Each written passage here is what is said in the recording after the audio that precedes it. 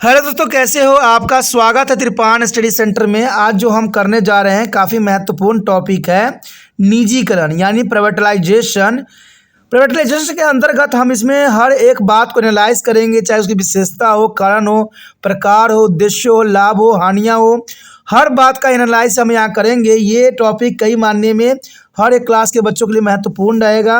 जो प्रोजेक्ट बना रहे हैं उनके लिए भी है, असेसमेंट बना रहे हैं उनके लिए भी है, इवन कि जो अपना प्रोजेक्ट फाइल बना रहे हैं उनके लिए भी ये काफ़ी महत्वपूर्ण टॉपिक रहेगा।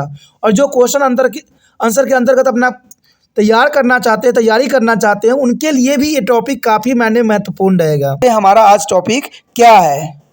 यहाँ पर जो हम कर रहे हैं निजीकरण यानी प्राइवेटाइजेशन, जो कि काफ़ी महत्वपूर्ण यहाँ पर टॉपिक है और ये हर एक क्लास के बच्चों के लिए महत्वपूर्ण है जिनके सिलेबस में निजीकरण है। यहाँ पर विस्तार पूर्वक चर्चा किया जा रहा है, हर एक बात यहाँ पर रखी जा रही है, तो हर एक क्वेश्चन के लिए महत्वपूर्ण रहेगा, हर एक प्रोजेक्ट के लिए ये टॉपिक काफ़ी महत्वपूर्ण रहेगा। चाहे आप असेसमेंट बनाओ, चाहे प्रोजेक्ट फाइल बनाओ, हर चीज़ जो जगह पर जो ये अपना महत्वपूर्णता बिखरेगा। हमारा अगला यहाँ पर टॉपिक जो आया है वो काफ़ी महत्वपूर्ण है और टॉपिक है निजीकरण के नुकसान यानी डिसएडवांटेज ऑफ प्राइवेटाइजेशन। कहते हैं निजी क्षेत्र की कंपनियों का लक्ष्य सिर्फ व्यापारिक लाभ कमाना होता है। तो ये तो मैंने बार बार यही बात बताया है कि निजी कंपनियों का जो है मेन उद्देश्य होता है लाभ कमाना। इसलिए इन क्षेत्रों में सार्वजनिक समाजी उद्देश्य के प्रति उदासीनता नज़र आती है, यानी समाज के प्रति इनका कोई भी दायित्व प्राइवेट सेक्टर का नहीं होता है। सरकार जनता के प्रति जवाबदेह भी होती है, इसलिए सार्वजनिक उद्योग की सफलता और असफलता के लिए सरकार को जनता बाध्य भी करती है। वहीं निजी क्षेत्र के उद्योगपतियों की जनता के प्रति कोई जवाबदेह नहीं होता है। कहते हैं जनता चाहे मरे, चाहे जनता के साथ कुछ भी हो, निजी कंपनियां कभी नहीं सोचती है, क्योंकि उनको तो सिर्फ लाभ कमाने के उद्देश्य से ही उन्होंने जो है इस कंपनी को ली होती है। तो इसमें देखा जाए तो सरकार की जवाबदेह नहीं होती है, ना कंपनियों की जवाबदेह होती है आम जनता के लिए। तो आम जनता तो कहते हैं ना, सब कुछ होते हुए भी कुछ भी आम जनता के पास नहीं होता है। उसके पश्चात देखें तो निजीकरण की प्रक्रिया की सबसे बड़ी कठिनाई यूनियन के माध्यम से श्रमिकों की ओर से होने वाली विरोध होता है। अब देखिए, निजी कंपनियों में ये होती है कि कंपनियां अपनी लाभ कमा रही होती है और श्रमिकों की तरफ बिल्कुल ध्यान नहीं देती हैं। उनसे जो है 12-12 घंटा काम करवाते हैं उसी तनख्वाह पे जो पहले 8 घंटा में करवाए जाते थे। तो इससे जो है श्रमिकों को बहुत बड़ी समस्याओं का जो है सामना करना पड़ जाता है। श्रमिक अक्सर बड़े पैमानों पर छटनी की जाते हैं, नौकरी छूट जाने के डर से और काम के वातावरण परिवर्तन जैसे बातों से सहजे रहते हैं। यानी कर्मचारी हमेशा दुखी रहते हैं, क्योंकि कभी कभी अगर उनको लाभ अधिक कमाना होता है तो बहुत से लोगों को छटनी कर देते हैं, नौकरियां भी से भी हटा देते हैं। इसलिए निजी कंपनियों में होने से जो है आम गरीब बंदों को जो है बहुत तरह की समस्याओं का सामना करना पड़ जाता है, जो शायद भारत सरकार इस बात को नहीं समझती है और फिर कहती है कि सबका साथ सबका विकास। उसके पश्चात आता है हमारे समक्ष सहचर पूंजीवाद। देखिए, क्रोनिकल कैपिटलिज्म को बढ़ावा मिलता है इससे, और सहचर पूंजीवादी ऐसी व्यवस्था है जिससे सरकार कुछ गिने चुने प्रभावशाली उद्योगपतियों के पक्ष में नीति बनाती है। तो बात तो मैंने हमेशा कहा है कि सरकार का यही उद्देश्य रहता है कि पूंजीपतियों के पक्ष में ही नीतियां बनाती है। मैंने आपको नोटबंदी के एग्जाम्पल भी दिए थे कि सरकार पूंजीपति उद्योगपतियों के पक्ष में ही नीति बनाती है, जिसके कारण अर्थव्यवस्था में कुछ गिने चुने लोगों का कब्जा हो जाता है।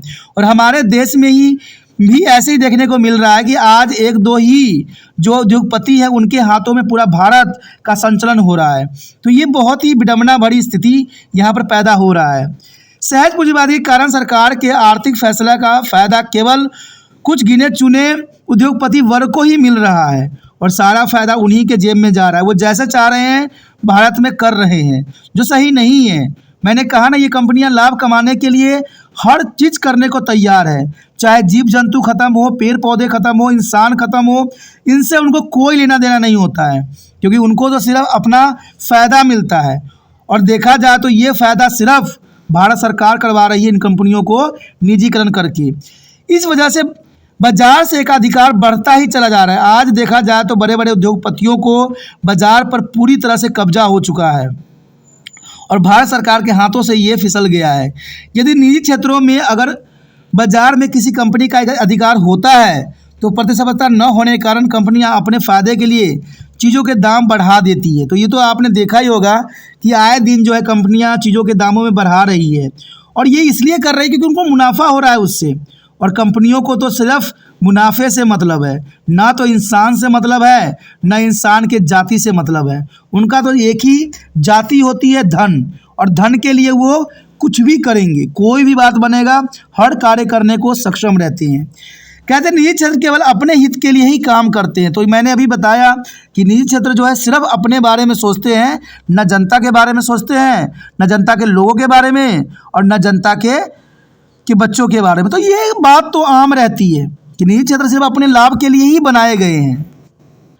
उसके पश्चात देखें तो निजीकरण माध्यम से अर्थव्यवस्था पर सरकार का नियंत्रण कम होता जा रहा है।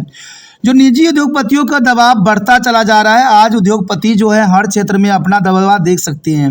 आज अगर उद्योगपति कह दे कि इस पार्टी की जीत हो जाएगी तो 100% उस पार्टी की ही जीत होगी। जिसके कारण जहाँ तक एक तरफ रोजगार की कोई गारंटी नहीं रह जाती है, वहीं दूसरी तरफ प्रति व्यक्ति आय दर में भी असंतुलन से बढ़ावा होती है। कहते हैं निजीकरण करने का यहाँ पर जितना नुकसान है, फायदा तो यहाँ पर दिखने को मिल ही नहीं सकता, क्योंकि ये आम जनता के ऊपर सवाल उठता है। निजीकरण ने निजी क्षेत्रों में सामाजिक उद्देश्य के प्रति उदासीनता नजर आती है, क्योंकि निजी कंपनियां जो है सामाजिक क्षेत्र के उद्देश्य के प्रति उदासीनता ही देखने को मिल रहा है। सिर्फ और सिर्फ व्यापारिक लाभ कमाना ही निजी कंपनी का एकमात्र लक्ष्य रहता है, और यही बात आप लोग नहीं समझ पा रहे हो।